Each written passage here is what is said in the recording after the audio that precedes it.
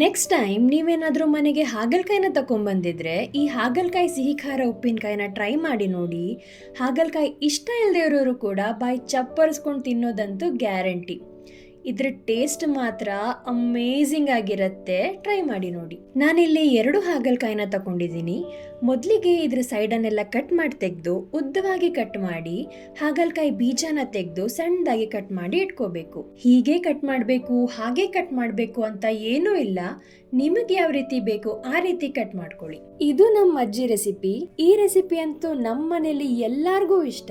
ಎಷ್ಟು ಇಷ್ಟ ಅಂದ್ರೆ ಬೆಳಿಗ್ಗೆ ಅಜ್ಜಿ ರೆಸಿಪಿನ ಮಾಡಿಟ್ರೆ ಸಂಜೆ ಅಷ್ಟೊತ್ತರಲ್ಲಿ ಖಾಲಿಯಾಗಿ ಹೋಗ್ತಿತ್ತು. ಎಲ್ರಿಗೂ ಅಷ್ಟು ಇಷ್ಟ. ಕೆಲವರಿಗೆ ಹಾಗಲಕಾಯಿ ಕಹಿ ಅಂತ ಇಷ್ಟ ಆಗತ್ತೆ, ಇನ್ ಕೆಲವರು ಕಹಿ ಅಂತ ಇದನ್ನ ಮುಟ್ಟೋದ್ ಬಿಡಿ ಇದ್ರ ಹತ್ರನೂ ಹೋಗಲ್ಲ. ಹಾಗಲಕಾಯಿ ಹೆಸರು ಕೇಳಿನೇ 4 ಕಿಲೋಮೀಟರ್ ದೂರ ಓಡ್ಬಿಡ್ತಾರೆ. ನಿಮಗೇನಾದ್ರೂ ಕಹಿ ಬೇಡ ಅಂತ ಅನ್ಸಿದ್ರೆ ಈ ಹಾಗಲಕಾಯಿ ಪೀಸ್ಗಳಿಗೆ ಉಪ್ಪನ್ನ ಹಾಕಿ ಚೆನ್ನಾಗಿ ಮಿಕ್ಸ್ ಮಾಡಿ ಒಂದು ಅರ್ಧ ಗಂಟೆ ಎತ್ತಿಟ್ಕೊಳ್ಳಿ. ನಿಮಗೆ ಕಹಿ ಇಷ್ಟ ಇದ್ರೆ ನೀವು ಈ ಸ್ಟೆಪ್ನ ಸ್ಕಿಪ್ ಕೂಡ ಮಾಡ್ಕೋಬಹುದು. ಬಿಸಿ ನೀರಿಗೆ ಒಂದು 10 ಉದ್ದ ಮೆಣಸು ಹಾಗೇನೆ 5 ಗಿಡ್ಡ ಮೆಣಸನ್ನ ಹಾಕಿ ಒಂದು 20 ನಿಮಿಷ ಬಿಡಿ. ಹೀಗೆ ಮಾಡೋದ್ರಿಂದ ಮಸಾಲೆ ಪೇಸ್ಟ್ ತುಂಬಾನೇ ಚೆನ್ನಾಗಿ ಬರುತ್ತೆ. ಈ ರೆಸಿಪಿಯ ಹೀರೋ ಇಂಗ್ರೀಡಿಯೆಂಟ್ ಬೆಳ್ಳುಳ್ಳಿ.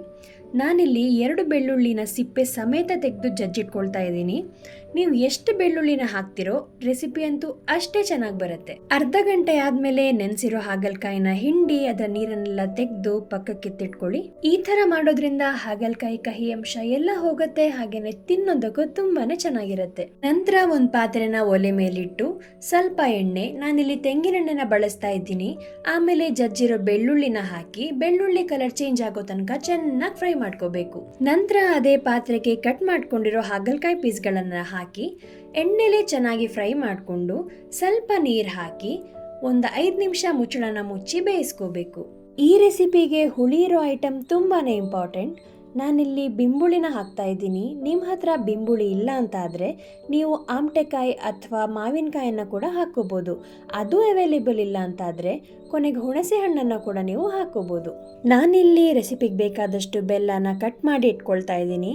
10 ಬಿಂಬುಳಿ ಹಾಗೇನೆ 2 ಹಾಗಲಕಾಯಿಗೆ ಒಂದು ಅರ್ಧ ಕಪ್ ಬೆಲ್ಲ ಹಾಕಿದ್ರೆ ಸಾಕು.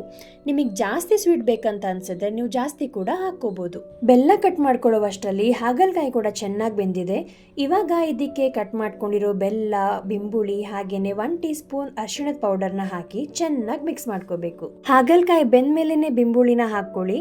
ನೀವೇನಾದ್ರೂ ಹುಣಸೆ ಹಣ್ಣು, ಮಾವಿನಕಾಯಿ ಅಥವಾ ಆಮಟೆಕಾಯಿನ ಬಳಸ್ತಾ ಇದ್ರೆ ಹಾಗಲಕಾಯಿ ಜೊತೆನೆ ಇದನ್ನ ಹಾಕಿ ಚೆನ್ನಾಗಿ ಬೇಯಿಸ್ಕೊಳ್ಳಿ. ನಂತರ ಮುಚ್ಚಳನ ಮುಚ್ಚಿ ಒಂದು 5 ನಿಮಿಷ ಚೆನ್ನಾಗಿ ಬೇಯಿಸ್ಕೊಳ್ಳಿ. ಮಸಾಲೆ ರುಬ್ಕೊಳ್ಳೋದಕ್ಕೆ 1 ಮಿಕ್ಸಿ ಜಾರ್ಗೆ ನೆನೆಸಿರೋ ಮೆಣಸು ಹಾಗೇನೆ 1 ಟೀ ಸ್ಪೂನ್ ಕೊತ್ತಂಬರಿ, ಸ್ವಲ್ಪ ನೀರನ್ನ ಹಾಕಿ ನುಣ್ಣಗೆ ಚೆನ್ನಾಗಿ ರುಬ್ಕೊಳ್ಳಿ.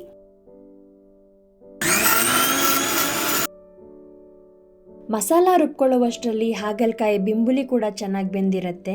ಬಿಂಬುಲಿ ಒಂದ್ಸಲ ಚೆನ್ನಾಗಿ ಬೆಂದ್ಮೇಲೆ ಇದಕ್ಕೆ ರುಬ್ಬಿರೋ ಮಸಾಲಾನ ಹಾಕಿ ಒಂದ್ಸಲ ಚೆನ್ನಾಗಿ ಮಿಕ್ಸ್ ಮಾಡ್ಕೊಳ್ಳಿ.